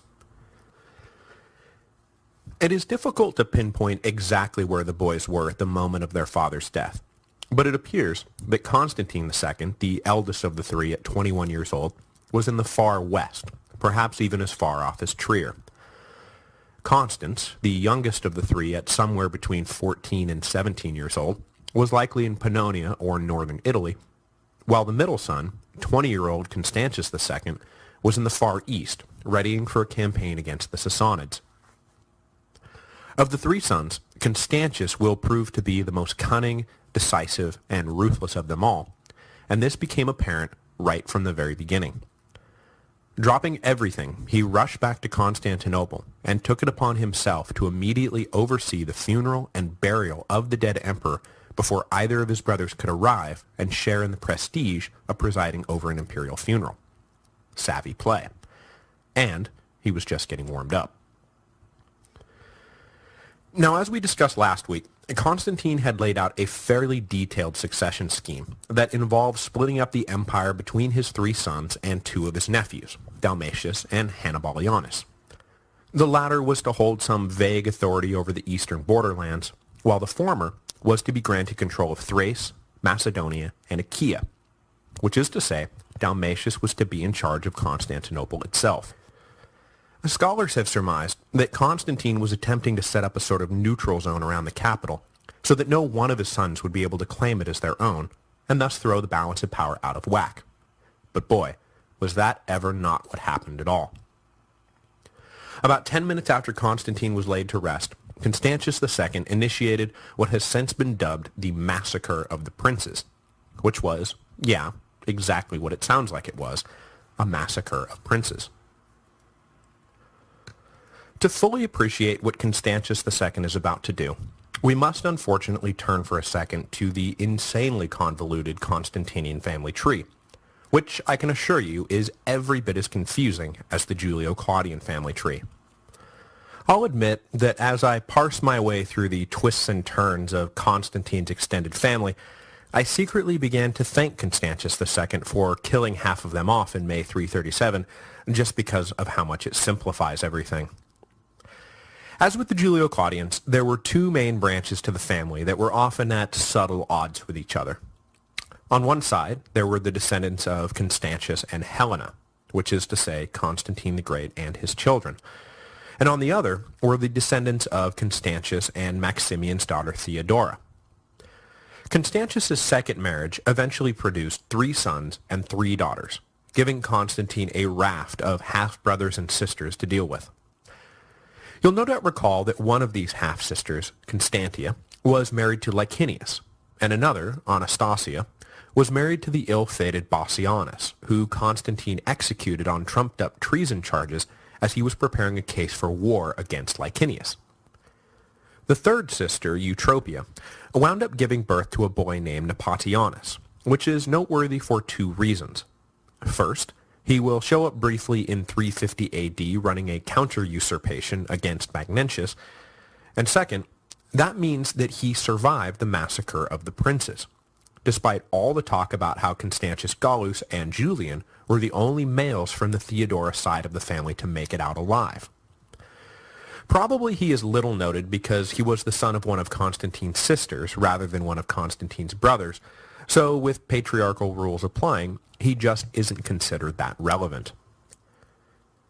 As for Constantine's half-brothers, the eldest, Flavius Dalmatius, had at least 2 sons that we know about, and, coincidentally enough, 2 sons that you know about too, the aforementioned Dalmatius and Hannibalianus, who were favored enough by Constantine to be brought into his succession scheme. The second brother, Julius Constantius, gave birth to 2 sons and a daughter with his first wife, and another son with his second wife. Now, I normally wouldn't bother getting that deep into all of this, but the thing is that of all the males on the Theodora side of the family, not counting Nepottianus of course, only the youngest sons of Julius Constantius will manage to survive the massacre of the princes. 11-year-old Constantius Gallus, and 5 or 6-year-old Flavius Claudius Julianus, the future Emperor Julian the Apostate. So sorry for throwing all of this mind-numbing lineage at you, but I wanted to at least introduce these boys, so you know how exactly they come by their future imperial dignities. The last of Constantine's half-brothers was an elder Hannibalianus, who was probably dead by this point, so just forget about him. He will not be on the test. Over the course of his reign, Constantine had brought in all of these half-brothers and sisters into his imperial system, doling out key assignments to the brothers and key marriages to the sisters. Constantius and Theodora had started up their family about 20 years after Constantine had been born, so when the emperor kicked the bucket in 337, all of these brothers and sisters were in their late 30s and early 40s. In other words, entering the prime of their lives, ready, willing, and able to take on a greater role in government and help steer the fortunes of the next generation, the generation that had been granted formal authority by Constantine. But Constantius II had no interest in playing nice with the other children. With the whole of Theodora's extended family present in Constantinople for the funeral, Constantius II saw an opportunity to secure undisputed power for himself and his brothers, and he took it.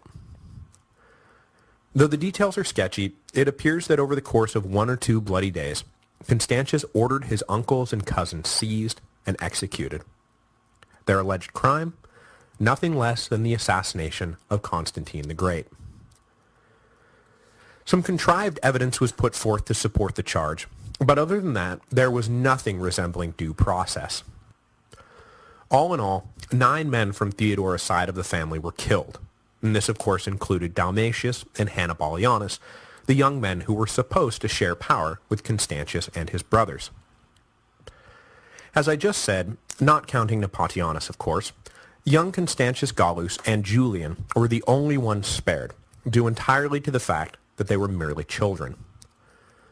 But don't worry, Gallus too will eventually join his family by dying at Constantius's order in 354. In the end, only Julian will survive Constantius's wrath, and it's possible that was only because Constantius died before he could get around to killing Julian.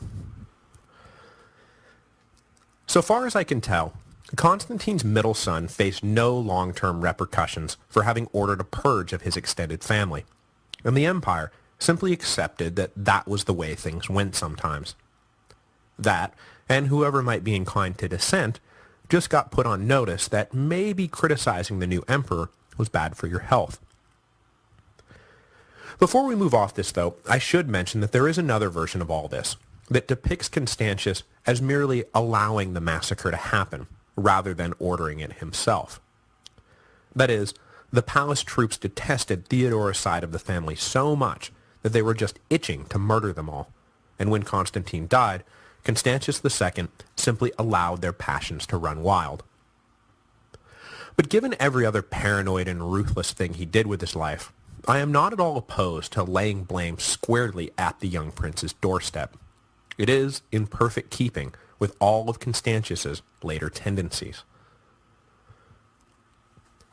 His 2 brothers, for their part, did not seem at all concerned about the massacre, and when the 3 of them met a few months later in Sirmium, they did not engage in any hand-wringing over the murders, so much as focus intently on how best to divide the empire between them.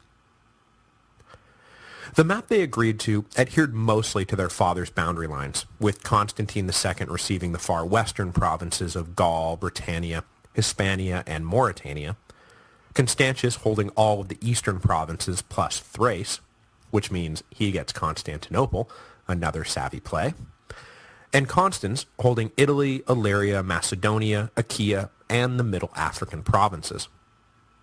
However, since he was no older than 17 at this point, and possibly as young as 14, Constans was forced to accept that Constantine II would be his guardian and hold a super authority over his territories until young Constans came of age. The youngest of Constantine's sons was no doubt annoyed by this, but he gave in, knowing that he would not have to wait long to be considered their equal. After all, his brothers were only 21 and 20 respectively. In other words, not really much older than he was right then, so it's not like they were going to be bossing him around for long. Emerging from the meeting, the three sons of Constantine were officially hailed as co-Augusti by the assembled troops, and then they marched off to govern their respective provinces. For Constantius, this meant heading straight for the Syrian border. You'll recall from last week that in the final years of his reign, Constantine inexplicably began to provoke a war with the Sassanids, which, as you can imagine, they did not take kindly to. Now that some untested punks were in charge of the empire, the Persians decided that now was a pretty good time to punch the Romans in the nose and maybe remind them why détente in the east was far preferable to war. So they started attacking Roman positions, and off Constantius went to try to stop them. We don't have a particularly good record of the subsequent campaign, but it appears that in the beginning at least, Constantius was repeatedly beaten and forced to scramble around a bit before he was able to find his sea legs, although nothing resembling a decisive encounter ever took place. Meanwhile, back in the west, Constantine II set up court in Trier and began surveying the territory that he now controlled. But when he surveyed the territory he now controlled, he quickly became convinced that he had been shortchanged. I'm not sure why he didn't just speak up during the meeting in Sirmium when this was all being hashed out to begin with, but he didn't, and so it's not until the winter of 337-338 that we begin to hear Constantine complaining that he deserved a bigger share of the empire because, after all, he was the oldest brother. One possible explanation is that Constantine was under the impression that he would be able to dominate Constans forever, and so he had mentally lumped his youngest brother's territory in with his own. But after learning that Constans had no intention of being dominated by anyone, Constantine suddenly decided he wanted more territory to call explicitly his own. So, he demanded that Constans immediately cede all the African provinces. This request was naturally met with some pushback by young Constans, but not so much at this point that war between the two brothers was inevitable. They agreed to meet later in 338 to discuss the situation. In between coming to power and the summit with Constans, there was one matter of consequence that Constantine II weighed in on, and it has to do with our old friend Athanasius. After bursting onto the scene as a fierce anti-Arian deacon during the run-up to the Council of Nicaea, Athanasius had since succeeded Alexander to the bishopric of Alexandria, ignoring age requirements and proper electoral procedure to get there, by the way, and then he used his new powers to come down hard on those who strayed from the Nicene orthodoxy. His methods were often denounced by his enemies within the church, and by 335 he was more or less dragged in front of Constantine the Great to answer a laundry list of charges, including destruction of church property and the murder of a rival bishop. Athanasius wound up being cleared of all the charges, except for an alleged threat he had made to cut off the Egyptian grain supply to Constantinople. You can do a lot of things in this life, but you do not even hint that you're going to mess with the grain supply from Egypt. Constantine ordered the polarizing bishop banished to Gaul. After Constantine's death, the pro-Orthodoxy Western bishops began to petition Constantine II to allow Athanasius to return to his post in Alexandria. Seeing a golden opportunity to establish friendly relations with the Christian leadership in his provinces, Constantine II canceled Athanasius' exile and granted his request for return passage to Egypt. Now, the various exiles and returns from exile that this controversial bishop endured during his life, I think there were like 5 total rounds in all, would be important to document for a comprehensive history of the church. But that's not exactly what we're doing here. So the big takeaway from all of this is that we must understand how much Constantine II's decision to free Athanasius annoyed his brother Constantius II. Because Constantius was, wait for it, a staunch Arian. So just over a decade had passed since Constantine had made Christianity the religion of the emperors, and already doctrinal disputes were percolating their way up into the imperial court. Almost from the start, then, Constantine's dream of one church supporting one emperor turned out to be something of a pipe dream, as rival factions within the church were now supporting rival factions within the imperial family. Each side was playing for keeps, and one side had just convinced Constantine II to let an almost certainly seditious leader loose in Constantius's, their enemy's, domain. Constantius was not at all happy about this. It's an issue that likely would have come to a head eventually, but at that particular moment Constantius was bogged down fighting an inconclusive war against the Sassanids, and Constantine II was about to find out just how little Constans was willing to be pushed around. So they didn't have time to have it out over Athanasius. In 338, the eldest and youngest of the 3 brothers met in Moesia to reassess their respective borders, and it appears that Constans, at least face-to-face, was willing to concede the issue. His older brother's rhetoric was getting mighty bellicose, so Constans agreed to hand over the African provinces to Constantine in the interest of imperial unity. At least, that's what he said. In practice, he was not going to go down that easy. For all of the rest of 338, the 2 brothers went off and defended their frontiers. Constans campaigned along the Danube against the Sarmatians, and Constantine campaigned against the Alemanni along the Rhine. But as 338 gave way to 339, the African provinces had still not been handed over to Constantine as per the agreement. Constantine complained, which prompted Constans to finally begin the administrative handover. But even then, he told his brother that the city of Carthage and most of its surrounding territory was not going to be handed over.